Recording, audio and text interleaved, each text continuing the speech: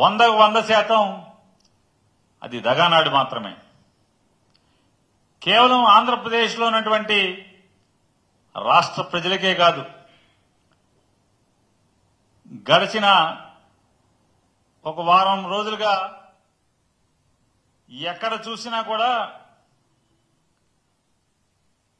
జరుగుతున్నటువంటి తంతులు, దాంట్లో వింటున్నటువంటి ఏడుపులు, పెడబొబ్బలు అన్నీ మనం ఒకసారి బేరీజ్ వేసుకుంటే ఆంధ్ర రాష్ట్ర ప్రజలకి మాత్రమే దగానాడు కాదది.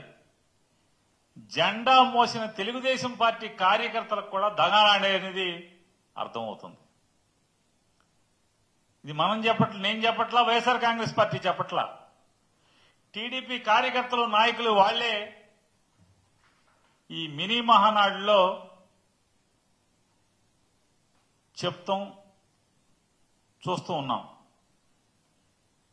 ఈ కడపలో జరగబోయేది దగానాడైతే జిల్లా జిల్లాకి జరిగినటువంటి మినీ మహానాడులన్నీ కూడా ఆక్రోశ నాడులుగా జరిగినటువంటి విషయాన్ని రాష్ట్ర ప్రజలందరూ కూడా మనందరం గమనించాం.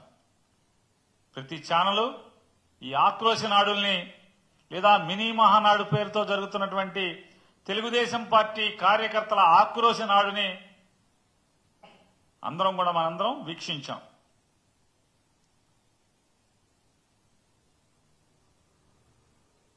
ఒక జిల్లాలో పాపం ఆయన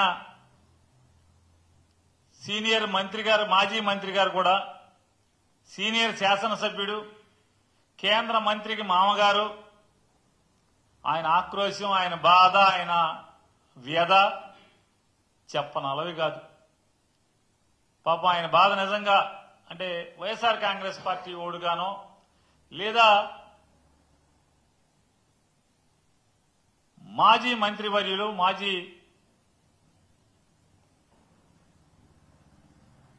వైఎస్ఆర్ కాంగ్రెస్ పార్టీ మహిళా విభాగ అధ్యక్షురాలైనటువంటి రోజా గారి కుటుంబ సభ్యులు, ఆవిడ అభిమానులుగో వారికి బాధ కలుగుద్దో కలగదో తెలియదు. కానీ ఇంకెవరికి చూసినా కూడా ఆయన వర్ణనాతీతమైనటువంటి ఆయన వ్యధా బాధలు చూస్తే ఈ బాధ పగోడికి కూడా రాకూడదురా అని చెప్పి జాలిపడేటువంటి పరిస్థితి. అంటే ఒక అధికార పార్టీలో ఈ మినీ మహానాడులో, అదే ఈ ఆక్రోశ నాడులు, కార్యకర్తల ఆక్రోశ నాడుల్లో జరిగినటువంటి ఆ మీటింగులో ఒక్కటంటే ఒక్క చోట కూడా సంవత్సర కాలంగా మమ్మల్ని నమ్మి మాకు ఓటేశారు, ఈ రాష్ట్ర ప్రజలకి ఇన్ని మేళ్లు చేశాము అని గర్వంగా ఒక్కడంటే ఒక్క నాయకుడు గాని, ఒక్క ఎమ్మెల్యే గాని లేదా ఒక్క కార్యకర్త గాని ఎక్కడ గర్వంగా జబ్బగదలుచుకున్నది గాని, కాలరెగరేసి మీటింగ్ చెప్పిన దాఖలాలు ఎక్కడా లేవు 26 జిల్లాల్లో. ఒక్కటంటే ఒక్క చోట కూడా. లేదా ఈ ఆంధ్ర రాష్ట్రానికి 40 ఏళ్ల ఇండస్ట్రీ, అలాగే ఓ 15-20 ఏళ్ల ఆవేశం స్టారు లేదా రెడ్ బుక్ స్టారు, వీళ్ళందరూ కలిసి, వీళ్ళ ముగ్గురు కలిసి, లేదా వీళ్ళందరూ మాకు మా అందరికీ పెద్ద బాస్ అని చెప్పుకుంటున్న మోడీ గారు కానీ, వీళ్ళందరూ కలిసి రాష్ట్రానికి ఏమన్నా ఓడబడిచింది అంటే ఒక్కటి కూడా ఈ సంవత్సర కాలంలో ఈ జిల్లాకి ఇది పొడిచామని చెప్పని ఎక్కడ ఒక్కళ్ళు కూడా గర్వంగా చెప్పుకున్నటువంటి సంఘటన లేదు. అంటే రాష్ట్రానికి చేయలేదు, లేదా ఏ ఊరికి చేయలేదు, ప్రజలకి చేయలేదు. ఇక ఆయన ఈ ఎమ్మెల్యేల బాధలు చెప్పుకుంటా ఏ మొహం పెట్టుకుని మేము జనాల్లోకి వెళ్ళాలి? పనులు అడుగుతున్నారు, పనులు చేయడానికి డబ్బులు ఎవరు, నిధులు ఎవరు? సిగ్గేస్తుంది. మీరు కనుక ఇక డబ్బులు ఇవ్వం, మీకు నిధులు ఇవ్వమని కనుక చెప్పేసేయండి.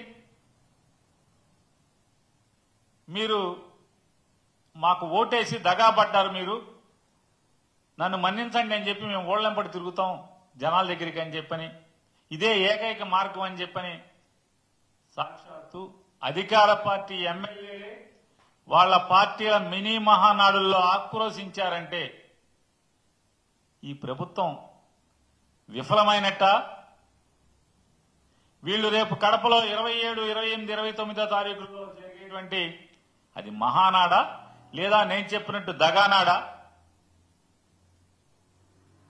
అలాగే ఇంకొక జిల్లాలో పదవులన్నీ ఒక పార్టీ వాళ్ళకే పోతున్నాయి. గతంలో కమ్యూనిస్ట్ పార్టీలు మనతో కలిసి వస్తే ఎలా అయితే మనం వాటి పీక పిసికి చంపేశామో, రాబోయే రోజుల్లో ఇదే తంతు కొనసాగితే తెలుగుదేశం పార్టీ కూడా నో కమ్యూనిస్ట్ పార్టీలాగానే నూకలు చెల్లిపోతాయని చెప్పని సాక్షాత్తు ఆ పార్టీ శాసనసభ్యులే మినీ మహానాడులో వాళ్ళ ఆక్రోశాన్ని వెళ్లగక్కున్న పరిస్థితి ఒక జిల్లా చూసాం. మరొక జిల్లాలో ఇంతకన్నా దిక్కుమాలిన మినీ మహానాడు ఎవరైతే జరపాలో దానికి అధ్యక్షత వహించి దాన్ని నడపాల్సిన అధ్యక్షుడే ఆ సభకు డుమ్మా కొట్టాడని చెప్పని ఒక సీనియర్ కార్యకర్త లబో దిబోమని గుండెలు బాదుకునే పరిస్థితి. ఎన్టీ రామారావు ఉన్నప్పుడు తెలుగుదేశం పార్టీ వేరు, గతంలో తెలుగుదేశం పార్టీ వేరు. ఇవాళ దిక్కుమాలినతనానికి మారుపేరుగా మారిన తెలుగుదేశం పార్టీ అని చెప్పని ఆ జిల్లాలో ఆ కార్యకర్త ఏడుపులు పెడబొబ్బలు.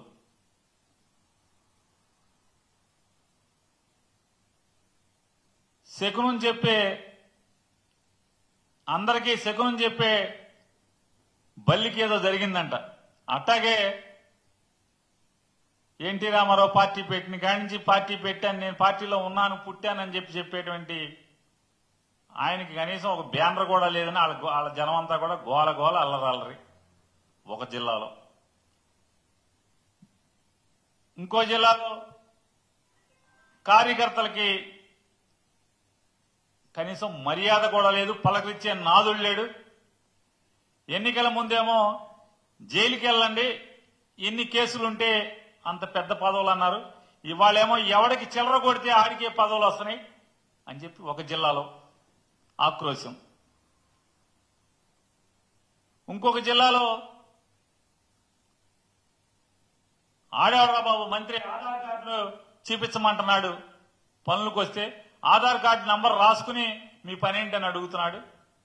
కార్యకర్తల దౌర్భాగ్య స్థితి ఇది, పార్టీ ఇట్లా చచ్చిపోతుంది అని చెప్పని ఒక సీనియర్ కార్యకర్త ఆవేదన. మరొక జిల్లాలో ఆయన మాజీ మంత్రి కుమారుడు, ఆయన ఆక్రోశం. జగన్మోహన్ రెడ్డి గారి ప్రభుత్వంలోనే మాకు మర్యాద దొరికింది, ఇప్పుడు కనీసం మర్యాద అనేది లేకుండా పోయింది ఎవరికి. శత్రువు ప్రభుత్వంలోనే మేము మర్యాదగా బతికాం,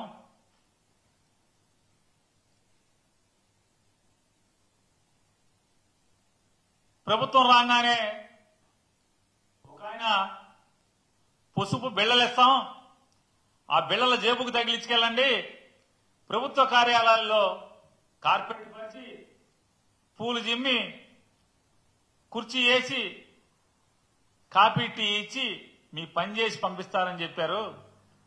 ఇవాళ గవర్నమెంట్ ఆఫీసులకు వెళ్తే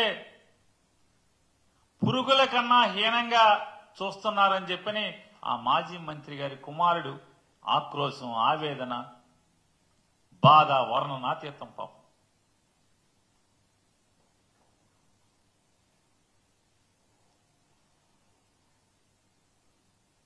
ఇంత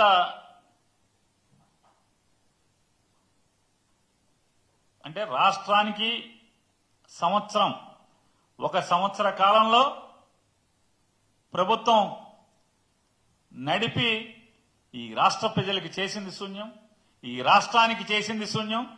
ఆఖరికి జెండా మోసి మీ మాటలు నమ్మి కేసులు కట్టించుకుని జైళ్ళకి వెళ్ళొచ్చిన వాళ్ళకు కూడా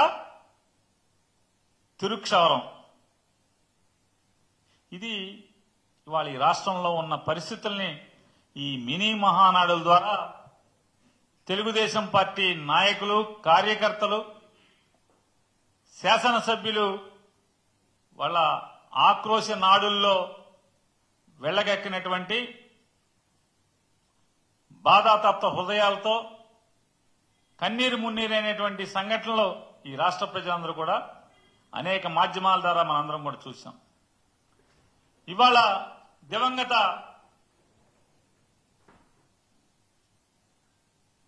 సంపాదకుడు